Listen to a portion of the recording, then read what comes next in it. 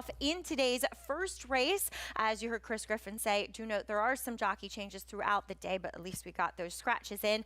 Race 1 is a maiden 35 going the 6.5 furlongs, and I guess the two horses in here to beat are the 6 mainly, as she is the drop down for Bill Mott.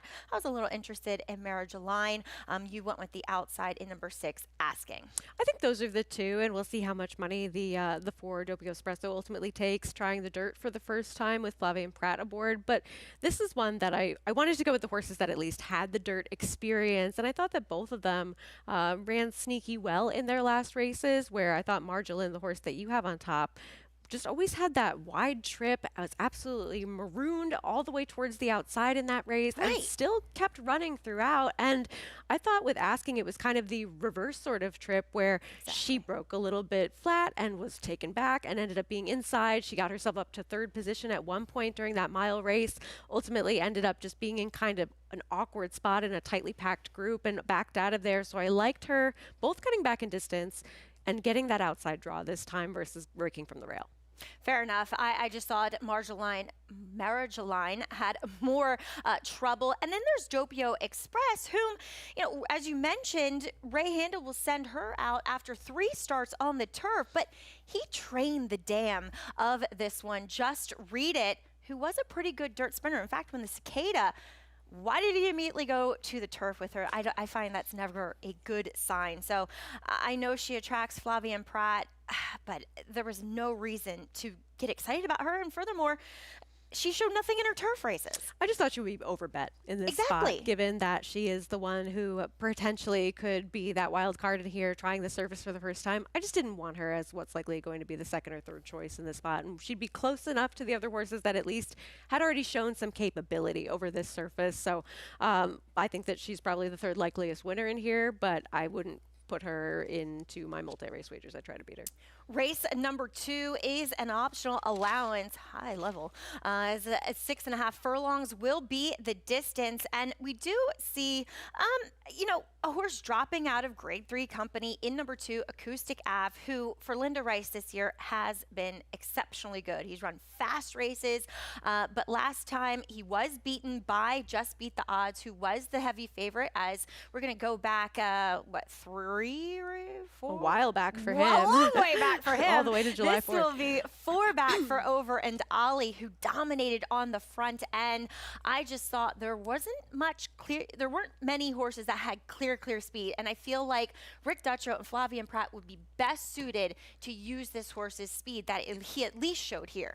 I agree. I think that he's extremely interesting when he's gotten the opportunity to show us what he can actually do on the racetrack, where he's had some unlucky or some difficult spots that he's been in. I can completely toss the last race in the 49er where he didn't get out of the gate that well, but he had gate issues where he was favored in the prior race, ended up losing the jockey, and there you can't hold it against him, but at the same point, I don't like seeing gate issues for a speed type becoming sort of a pattern. Even though he is cutting back in distance in here, I thought that he was in a tough spot in the forego. I don't hold that against him either. If we can get back to that race that we just showed, I think that he's a major contender, but I was hoping that the horse that I ended up going with on top would end up being the one who potentially could be a little bit more in form coming in, even though he is coming off of a layoff. But at times, he's been able to have a little bit more position as well, and I thought that he would be the one within inhaling distance, perhaps, because everybody else in here has kind of shown that they're more of those closing types. As we take a look at Windsor Gold, where I don't know how good he is, but I thought that he might end up being the horse who at least was close enough to make an impact. It is an aggressive spot, I thought, off the layoff since, Preakness Day at Parks, where he just showed nothing. Granted, he was facing a decent field, and obviously an issue could have risen out of that effort. But before that, with this win here, it would definitely make him a player. It's just which version do we get? Because he is a little bit of an in and outer, and I just thought that made him a little untrustworthy with the addition of a layoff against some pretty nice horses that have the recency over him. Let's check in with Bold Journey, who once upon a time, showed a deft ability on the dirt, which he returns to after a long campaign on the turf this season. We'll go back to 2 years ago, just 2023. nearly 2023, when he won and dominated in the Gravesend. He comes back as a gelding, and I wonder, as a 6-year-old gelding, he's had ample time to, adjust to that, which I like seeing. Sometimes I feel like when they run them back off the gelding too quickly, it really hasn't had time to take effect. Hopefully, we're going to check out that replay from Bold Journey. I like that because maybe he's starting to get a little cute, trying, not necessarily putting in his best efforts. And I just thought with a little bit of a makeover, he could be very effective here. And let's face it, his dirt races are pretty darn good. They are, and I like that they have taken the time to do the experimenting with him that they have of putting him back on the turf, because he had shown some ability on the grass before, and I like that we saw him sort of get back to his better dirt type numbers returning to the turf. So I don't necessarily think that that was a bad sign. I just worried that he wasn't necessarily going to be one that has the right kind of trip in here, Right. given dynamics and how I see them potentially playing out. But I think we also have to mention that Acoustic Ave showed a little bit more early speed last time than we had been seeing from him. He broke on top that day, He actually. did, And where then he had gate issues in the allowed past. Just Beat the Odds kind of go up and control, and he battled hard. So, yes, it could be that Acoustic Ave just seizes the bull by the horns because he's in such good form, and usually Towards horses the in inside. good form, they do break well. So we'll see. I just thought that over in Ollie, Fabian Pratt climbing aboard, he usually gets them out pretty well. Gonna bank on that as race number 3 is a maiden optional allowance going the 7 furlongs. Do have a plethora of first-time starters in the mix. We did lose Sparkling Mama, who I don't know about you, but she was my top pick in here. I opted for first-time starters, but I feel like that's always a dangerous proposition going 7/8. It is. When you look around at the rest of this field, though, and what they've shown us so far, it kind of makes you feel like you want to take a chance on somebody that is that new face to this group, because I just haven't necessarily seen any real standout in this field, even though Sparkling Mama did run well. She was a huge price that day, Yeah. and I thought that she benefited from a good position on the racetrack, and I think we both see the dam side precocity with the number 7, Liam's Diva, who the dam won her first 4 starts, and just seems as though she's one that seems ready to go first time out. And even though she is that first foal, I just didn't really like anybody else as much in this field. A second dam. She was a multiple stakes winning New York bred as well, like her dam. And, you have some speed, you would think, with the Finger Lakes Invader, Purple Divine. I had a big problem with Cathedral Isle in her last start. She had a perfect trip and really couldn't finish. Now, that was going a mile, so cutting back a furlong may help her a bit. Ray Handel's number 1, Velvet Hammer, I thought was a bit interesting. You have Nowhere. They only paid $30,000 for this filly, but she did work, unfortunately, I guess for her and the rest of the crew there at Timonium over that very sloppy track. And she was asked quite a bit in that workout, but she did go 10-2, which I thought was respectable. There isn't much pedigree on the bottom side, and 1,000 Words have been better going a little bit longer. I thought this horse was a little bit interesting, has a solid work pattern, a lot of 48s up there. Ray's not a guy who generally works them fast, and so I thought this horse could be a bit live overall, but both of us siding with Miguel Clement's Liam's Diva as race number 4 is a claiming 16. I struggle greatly with this race. We'll start things out by talking about a new face for the White Hot John Ortiz barn, and that's number 9, Sharp Spark in here, who comes to us here at Aqueduct by way of Remington Park. Now, this is his last race where I did think he hung a little bit. A little bit? A lot of it. A lot. Against turf horses. Yeah, and that was my main concern with him, where we did see the horse who ultimately finishes 3rd be the one to really do all the work in this race up front. He was forward. He was pressing a pace that ultimately fell apart with some horses that, as you mentioned, were turf horses. And while these two do have a good margin of separation on him, I thought this was not necessarily the quickest pace for horses to end up closing into. He kind of made that run and then just stayed with his buddy. Yeah, and he was a short price that day. I believe he's a private purchase for TriStar Farm. Okay. I mean, clearly those were not their silks. In that replay. Yeah, so you and I both going in different directions here. You're opting to go back to Skylander, who his start 2 back would make him a clear-cut winner. It's just which version do we get as those blinkers go back on? Yeah, I think that looking around for some sort of alternative, if you don't fully trust a horse like Sharp Spark to be one that has that killer instinct, he was facing some tougher horses last time, Skylander that is, and I like that they go back to the blinkers where when they first took them off, they did get that difference that they were looking for, but he was also one that was dropping quite a bit in class, and I thought that the company he was facing in that field far easier than what we had seen him run against in his recent efforts.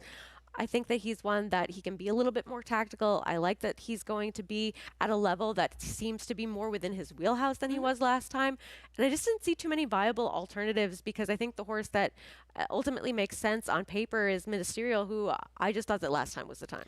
And while the numbers aren't terrible, I looked them up. But, first off, the claim with Wesley Ward with a dirt horse, I don't know. It seems like when Wesley ships horses here to New York, they generally result in a win. He's looking for that W here, and this one he was looking to get rid of. And 2, he's cutting back in distance. I thought Aztec was a little bit interesting. That's who I ultimately put on top here for Jamie Ness. Second off the claim. First off the claim resulted in a win at Parks, and you could say, oh, it's a little cheap, I don't think so. I think he beat a decent field. I mean, Yodelie, who once upon a time was a very good dirt sprinter, and the third place finisher, best sugar daddy ever, came back with a win with an 85 buyer. So I think that race might be a little bit better than it looks. I went with Aztec on top. Race number 5 is a claiming 59 to life, going the 7 furlongs for the fillies and mares, and we do see a drop down here on the rail with number 1, Geopolitics. I mean, 11 starts, 6 seconds. She does not like to get her picture taken. Favored all but 2 times, both of those times still under 3-1. Now, I will say, the chart comment 2-back felt a face at start. That's completely accurate. She actually really herself. did. She did. So I can completely throw that race out. And she was beaten by a really nice horse, so we can totally forgive her for that. But at the same time, she doesn't win. She has that one win when they put the blinkers on for the first time, and I was very against that day. They went right to the lead with her. She won by 10 lengths, and we haven't seen anything really reminiscent of that since. She's actually kind of been on the decline since that race. And so with a horse that always takes money, ends up being the short price that she is, has already proven to me that she's not a winning type whatsoever. I think that she's reliable to run her race, but I can't pick the kinds of horses like this on top. No, I totally hear you on that front. As the other horse that I think will take some money in here is number 4, Elegant. She's one of the speed types as well. She was with the racetrack, I thought, last time out, and I wanted to completely dismiss her because on the surface of things, it felt like she was beaten by 2 turf horses, but actually, Hugh broke her maiden in a dirt race and came back and did improve her number over her turf races. So I was willing to kind of forgive her a little bit for that. We both have her in the mix. You went, though, to number 8 in here, Howling Wind. Okay. And looking at her at first, it's a horse that just has not really run a race fast enough to be competitive in this spot. But looking at her last race, I remember watching that race in real time and thinking that this horse was making a much bigger move than I really expected of her on a day where you could argue that inside speed was advantageous, and that's exactly the kind of trip that the winner got in there, Princess Becca. This horse broke and then kind of took that stutter step, ended up being between horses and taken back to last. That is not how we've seen her do her better running whatsoever. You have then see her take this wide journey, and she does make this big move around the turn and then ultimately flatten out in the stretch where she ends up not having any answer at all. But I think that those were tougher horses. She's the one that's dropping in class for the first time in here. It's not as though she has this race to go back to that makes her a major player in here, but those were some 2-year-old numbers against some good horses where I think that with the better kind of trip, progressive improvement, and the right kind of class, I wanted to give her another chance after seeing what she did last time against the bias. Okay, I can't endorse her with what I've seen from her She in the doesn't get out of the paddock. gate Well, I just don't either. like what I see from her in the paddock. I went with number 6, Perugia, who's another long shot in here. She lost all chance at the start of her last race, where she broke incredibly slowly and then rushed up into 22 and 3. She probably went 21 and 3 to rush up into contention that day. And Antonio Arriaga is quite crafty with his, claims. I think this horse could show a bit more speed with those blinkers going on, hopefully getting out of the gate. I know it hasn't been her forte to do so. Kind of the theme of the main contenders of this race. Right, exactly. But I was willing at a price, and with Jamie Rodriguez getting aboard, obviously she's had good riders on her before, but Jamie seems so good at getting horses out of the gate. So I was going to take a shot with her because the other horses just didn't get me that excited. Now, I feel like Vanilla, she might take a lot of money, and Brittany Russell has good numbers. First time with trainer with her on the dirt. She's 47 for 150, nearly a $2 ROI. But this one was trained by Kenny McPeak before. And I mean, granted, Brittany does great with the horses that she gets from Bob Baffert. Like, that's not an easy guy to take horses from. But this horse also can't get out of the gate. I can't get out of the gate. And maybe she can improve from those early 3-year-old numbers, but I didn't see too much to get excited by, and that win came on a sloppy racetrack. And I think the theme of this race is, are you still in the camp of geopolitics? And if you're not, there might be an opportunity elsewhere. It's just, where is that? We're going to take a quick break here. We'll come back with the Pick 6. You bet with Naira Bets. Bet any track, anywhere, anytime. Download the Naira Bets app to play today and get a $200 deposit bonus. Watch live horse racing. Get expert picks. Boost your bankroll with weekly promotions and hone your handicapping skills with exclusive tips and tutorials. Download the Naira Bets app now. Sign up now to claim your $200 deposit match bonus. You bet with Naira Bets.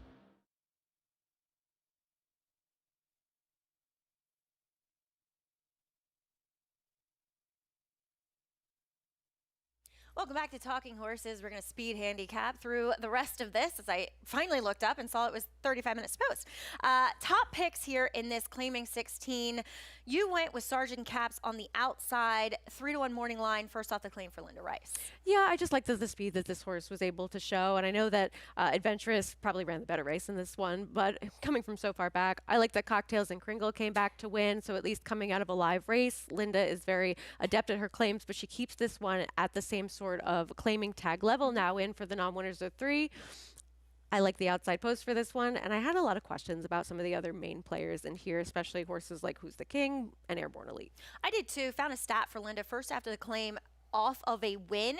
She's 29 for 149 with a negative ROI. So yes, that's 19%, but the numbers Linda puts up, it's a little below par. I went with a long shot in here. That's number 5, Blame It on Daddy, who does come off of a layoff and who was completely against the racetrack in his last start back in May. It was a totally speed biased strip, and I wanted to take him because he does have some back races to go on as race number 7. Good looking maiden special weight. As Chad Brown, he'll send out a dangerous duo in here, including Cara Fiore as well as Saratoga Party. Yeah, these two both having that experience coming in. I thought that Cara Fiore may have run a little bit better in her last start. Took absolutely no money whatsoever, but that was the problem. I think that with her, she showed a lot of ability in this spot as we take a look at her and Baffle. And I thought that she kind of had that move where she moves up and then ultimately ends up stalling just a little bit, but ran extremely well first time out. And I like that she was able to sit behind horses, make that early move, because she was much further back than that early on. Yeah, and she showed a lot of tenacity. Her stablemate in here was able to control things on the front end as the favorite concurrently. She ran really well. Saratoga Party, I didn't think was flattered by Schilling coming back and regressing, as well as Britain regressing a bit. I went with number 9, Making Daisies in here. As I mentioned before, it seems like when Wesley Ward ships in here, they generally run well. This is a daughter of Gunrunner. Not sure. I completely dislike gun runners on the turf. The this is also half to a multiple stakes winning dirt sprinter, Pretty and Cool. And Wesley ships her in here off of several really nice workouts at Keeneland. Able to watch those. You can go to, I think it's Kentucky Breeders, and they have the work. And I mean, that 59-4, she was under a hammerlock. So she's working very well there at Keeneland. I'm going with Making Daisies. Race number 8 is the feature. It's the Queens County. Did you see a scratch on my top pick and class assist in here? So, you know, I defaulted to full screen in here. He ran huge in his last start. He did, and even if he doesn't run that race, I think he's still extremely dangerous in this spot. And Brad Cox seems to have this race pretty locked up with Kinetic towards the inside, coming back as well. I just like that Full Screen has the recency. He has the tactical ability. He's been facing some decent horses all throughout his career, as we see him finishing second to Film Star, 3 starts back for him. And I like that he's one that is showing that he's coming in with a good effort as of late, where you have a couple of others that have more questions to answer, like Cook Creek, like Film Star coming off the layoff. Well, don't you think, too, there's a lot of horses that want to show speed, that want to be forward to do their best running? I mean, even Bourbon Day, Kinetic, he seems to have the need to be forward. He was terrible in his last start, hence the long layoff. And as you said, Cook Creek as well, and Film Star, who's in terrible form, but he has speed. And it just feels like Full Screen is going to get the right setup. I agree completely. And Cook Creek, I wanted to show the Lucas Classic back in 2024 just because he's finishing second to Hit Show, but we're not going to have time for that. We can scrap the replay. But if anything, I just thought that he was going to be a little too short of a price in what looks like a contentious field. Why? And not get this trip. I just felt as though he was one that he does some of his better running on a wet track. His last couple of races, even though he was 6-1 that last race, not that good. His last race where he was successful, he's at Delaware, he gets an easy lead. I didn't know that he was going. But he's never been a short price except for way back in Saratoga, when he just looked so much the best in a 4-horse field. Well, so now I don't think Flavian Pratt. Yeah, I know. I would be surprised, though. I think Full Screen is going to be a prohibitive favorite in here. I think they'll be favorite as well. As race 9, it is a state bred second level allowance going the 7 furlongs in here. And we'll take a look back at Mo 88's last performance. This effort looks stakes quality. Yet I did pick against him here, but he is so much the horse to beat, as will he see him swooping to the lead here, going 5 wide under Ricardo Santana. And I mean, Ricardo asks him a little bit here, but he'll finish up like a statue. We'll see if there's a repeat of this kind of performance, because I think that if there is, we do see him getting his picture taken again today, as this, as you mentioned, just completely still in the saddle, not even continuing to ask this horse. And that was his first time getting on to a dry main track. We hadn't seen him have that opportunity. I thought that he ran okay in his lone other dirt start to finish 3rd.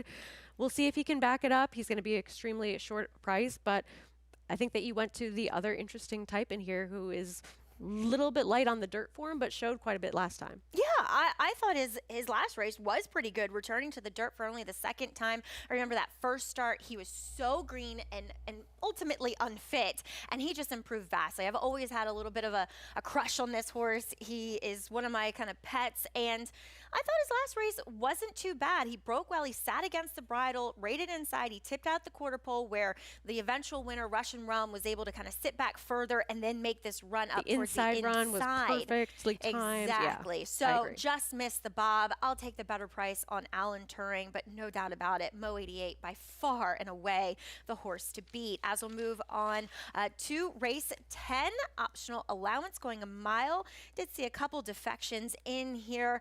2 long shots as well as Dr. Kraft, and it felt like there was a good deal of speed in here, and none of it really scratched either, Sarah. So maybe opting for a horse that has a little bit of that closing ability. You went, though, with the Speed V Cruiser, who okay, go ahead. Yeah, I saw it a little bit differently. I thought that Dr. Kraft was one that he's been more forward as of late. I don't know how fast necessarily horses like Ridgewood Runner and Mr. Papa Giorgio are, but I think that the intent might be there for these two, who I thought were overmatched overall, but their only way of being successful in this spot, I thought, was they're scratched. Be forward. Right, so with that speed coming out of this What race, about Certified Lover Boy? And Magnolia Midnight. And Magnolia Midnight. It's a lot less speed than was originally in here if you take out 3 potential pace players to me. And I just thought that it wouldn't necessarily do me well to pick a horse all the way towards the outside on top that needs that pace to start coming apart a little bit. I don't know how good V Cruiser is. This is a tough test today. He's facing some quality horses, but I thought that he was one that maybe we see him try different tactics, but maybe he ends up being speed of the speed. I like this horse. I respect him a lot, and I almost picked him. Initially, I was like, oh, well, V Cruiser, Linda's being aggressive with him when she does this. You know, she spaced his races out. My problem is, though, is that when I looked at some other numbers, he wasn't nearly as fast as any of the other horses in here. I think he has something to prove for sure. Yeah. He absolutely does, and he might have to do things a slightly different way today if they end up doing so from a tactical standpoint. But I just thought that with the opportunity of a couple horses I thought would be forward coming out, I sort of switched how I thought the dynamics of this race would go. Okay, I still think there's going to be a decent pace, and BU, while he hasn't been successful going the mile, I'm going to give him another shot here. I thought he ran so well in defeat behind the heavily favored Knightsbridge, who got to kind of dictate things on the front end, and BU was so far behind going that 7 furlongs that I feel like a mile might draw him into the race just a touch more. I think it sets up for your favorite overall. You know, another horse that I found, obviously Todd has a pretty formidable duo in here with Donegal Surges, who found his form last time out, but that was going a mile and an eighth. The blinkers do go on. Yeah, and look, Todd, when he experienced with blinkers after the horses have run for a while, I generally think it's a move that's more successful rather than debuting 100%. or switching to them in their second start, especially for the 2-year-olds. Right. So the only other horse I thought was a little interesting was number 10, Society Man. We'll have a jockey change on that one, as he was acting up in the gate, broke from the far outside, and that race just dominated as the top 3 ran 1, 2, 3 around the racetrack. Maybe he can find some of his previous form. Race number 11 to close things out, non-2 for 17.5. We see several coming out of the same race back here on November 29th, including the favorite, who was the favorite this day. In Last Man Standing, he's number 9 today. He's on the outside there in Linda Rice's colors. He was against the racetrack, but I don't know, Sarah. As the favorite, I thought this was pretty disappointing. Yeah, he's going to have to do better than this today, right? And he's going to be a short price yet again. He draws towards the outside and here. And I thought that coming out of that race, even though he was one that looked live going in and was against things, I thought that you had to at least also consider Prince of Dance, because he broke through the gate prior to that race. Yeah. And I thought that maybe he would be a slightly better price as well. So I wanted him to be a part of the mix. But ultimately, I wanted somebody that wasn't coming out of that race. Okay, and you went with the layoff runner in number 4, Whitby, who my theory with this horse is you have to be aggressive with him. He hates kickback. I think they definitely need to be aggressive with this horse, and his numbers show that. When he's been able to have forward position, he runs a much better race than when he ends up being far back. And if he is in behind horses, it's over for him, clearly. And while it is the same level, that race was very live. Yes, I agree completely. And that's a number that would compete here at a horse that I thought would be a decent price and a good alternative, and I hope that they're just aggressive with him. Same forward, different order. Thank you for joining us here on Talking Horses. That will do it for this speedy version of the show. And well done for the guys in the truck, keeping the graphics working the entire time. That's what was the delay. And Chris Griffin, he's going to be coming up next with a reprise of those scratches and changes. For Sarah El Badwi, I'm Maggie Wolfendale. Have a great day here at the Big A. You bet with Naira Bets. Bet any track, anywhere, anytime. Download the Naira Bets app to play today and get a $200 deposit bonus. Watch live horse racing. Get expert picks.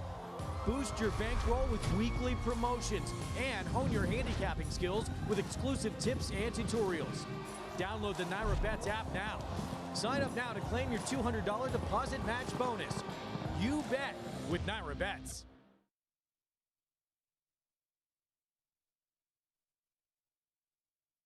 Hello, ladies and gentlemen. At this time, we ask that you please rise. Remove your caps as we honor America with the playing of the national anthem.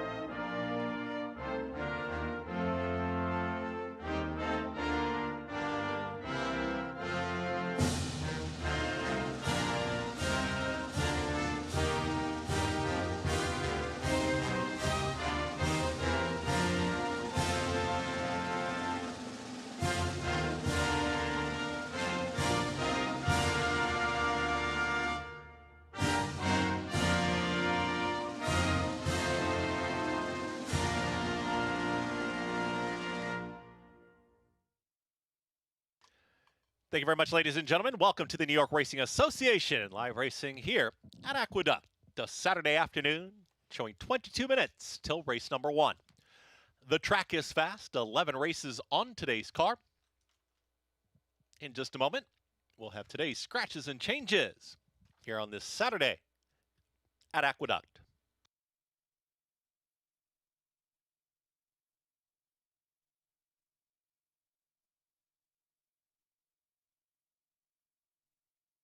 Race 1, start of the early pick 5 is clear. No changes in today's first.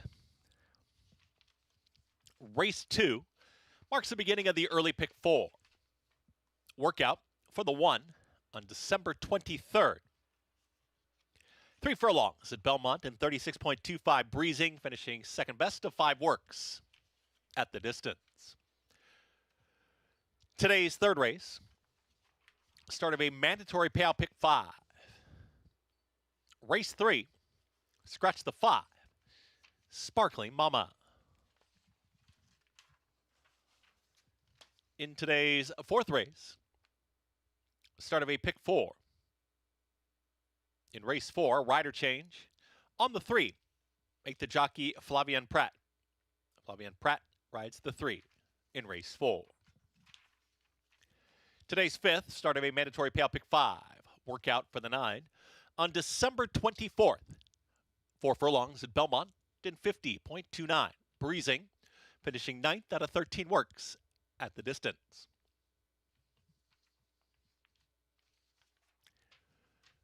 Race 6 is the beginning of the pick